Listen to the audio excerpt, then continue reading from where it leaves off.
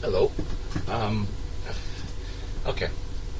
I wanted to touch on something that I was actually thinking about yesterday. This is all philosophical. This is nothing tangible, I guess, or solidified or anything.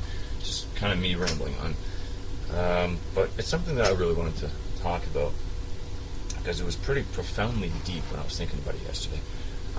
First thing I want to say is I'm not actually going to post references to the material I will be referencing to in the description immediately. I'm not going to do it while I upload this video. If anybody watching this video does want the information on anything that I'm talking about, please by all means leave a comment, message me, and I will post it all up there. I just don't want to go through all that work of finding the references, linking them, the books and whatnot. I don't want to do all that if I don't have to. If nobody cares enough, I might get like 2 or 3 views off this video anyway, so that's why I'm not going to immediately post the references. But I did want to say that if anybody is interested in reading it, by all means, I support anybody's thought process through knowledge and learning, so I will do that. Now, moving on. One of the things I'm going to talk about here is it's the whole basis for this concept that I was thinking about is derived from the movie 12 Monkeys. So if you haven't seen that recently, or if you haven't seen it at all, a lot of this might not make sense. I'll try to kind of save you time. You might want to click something else around here, down there. Check out some other videos. But anyway, it's funny because when I was a kid, I saw 12 Monkeys. Not when I was a kid. When I was younger, I saw 12 Monkeys, and it was a very, very, very boring movie. I was horrified. My hair is like not so good. Who cares? Anyway, the movie was crap when I watched it before, and it's funny because recent turn of events, how I look at almost everything in the world, think about it in a different perspective than I did when I was a Christian. It's kind of weird how that works. So anyway, I'm lying in bed last night trying to fall asleep early so that I don't break my sleeping habits, and that didn't work so well. 12 Monkeys came on, and so anyway, those of you familiar with the movie, you'll know that Bruce Willis is a time traveler. How do I summarize this quickly? He is going back in time to gather information about a virus that ends up killing almost the entire Earth's population. Now, one critical point in this movie, the point that kind of got me really, really thinking, was he ends up getting shot back in time. He's supposed to go to 1996, where this is all supposed to work out for him, but he ends up getting shot back to 1990, and he ends up getting arrested, thrown in an insane asylum, where he meets Brad Pitt. By the way, when Brad Pitt was speaking, some of the philosophies he was talking about, some of the things that I'm studying in ethics class, and it's amazing to hear them and just actually know what he's talking about. But anyway, moving on from that, technically Bruce Willis was, in the movie, technically he was actually sent back from the future, and more importantly, it was to save mankind. So he finds himself in front of this psychiatric jury in the mental institution, and he's got no materials, no nothing. It's just basically his naked body. Now, I was thinking, this really made me think, how would you explain to people, even in this day and age, that what you're saying is true without any kind of evidence to support it, just speaking? It's pretty much impossible.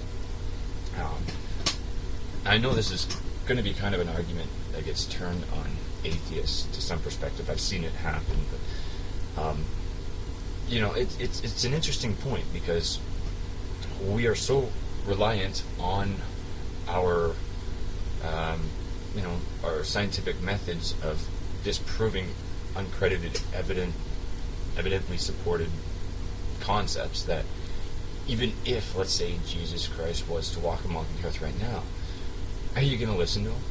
Are you, you're not going to give him the time of the day. It's like, especially if he's a bum, which he probably would be in this day and age, because people are going to be less, generous than they would have been 2,000 years ago. But it just raises the question, it's like, how would you prove what actually is true to people without, through your words? And it's an interesting concept. It also goes to show, first, I'll give you another concept. There's this philosophy that we're talking about. Like I said, there's some of the things that I'm going to reference to here, but if you want any information on this, by all means, I'm not even going to do them justice through my description of them, but, if you want to actually read the material and find out for yourself, by all means, I will cite it. Anyway, in ethics class, we were talking about the industrial aspect of the world and technology and how it implements the planet and how we're scooping up resources from the planet at a rate in which the planet cannot replenish them, etc., etc. Me and my ethics teacher, both being kind of like wants to delve a lot further into this, we often get ourselves into conversations after class. So I was talking to him after class. I was like, well, he's basically telling everybody, okay, what we need to do is find ways to find an equilibrium and not destroy our planet so our species could survive. And I walked, the first thing I said to him was, that's never going to happen. That is just never going to happen. It could happen. I doubt it. It's kind of like, is God going to reveal himself to me? Well, it could happen. It ain't going to happen. Point is, the whole point of this is, technically, one of the ways to ensure, like through this perspective, one of the ways to ensure our even possible survival on this planet would be to annihilate and kill the vast majority of the population of our species. That would at least reduce on the resource gathering aspect of it. Of course, there's two other options. We can discover other planets with resources. By that time, odds are our resource gathering will be so ridiculously high that we'll consume those planets really quickly, kind of like Galactus. But and the other possibility, and this is the one I believe to be the more realistic of the two, is that our species will inevitably, sophisticatedly extinct ourselves. But that's in-depth philosophy. Once again, if you need the author of that philosophy, I can get it for you, and I will get it for you by request. I think I'm going to make this a two-part video too, because I'm kind of spewing on here. But anyway, with that in mind, let's say I know this. I know for a fact. Let's say I came from 1,000 years down the line, and I realized that our own species, through our own industrial aspects, are going to kill our species. How would I prove that to anybody? Imagine me just showing up here through a time machine, because we're that advanced at the time. Showing up here and trying to convince people that they need to stop doing what they're doing. How well do you think that's going to go down? Even though I've seen it, I know this for a fact. How would I even possibly portray this to you, anybody watching this, to the rest of the world?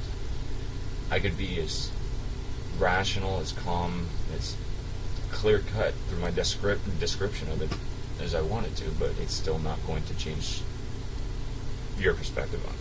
You're going to be like, well, you present it well, but there's no evidence. Why the fuck should I believe it? Anyway, this can branch off a million other ways, but I'm going to end it right now and actually keep it a one-part series. So if you listened, thank you very much. I appreciate you spending the time to listen to my rant. Have a good one.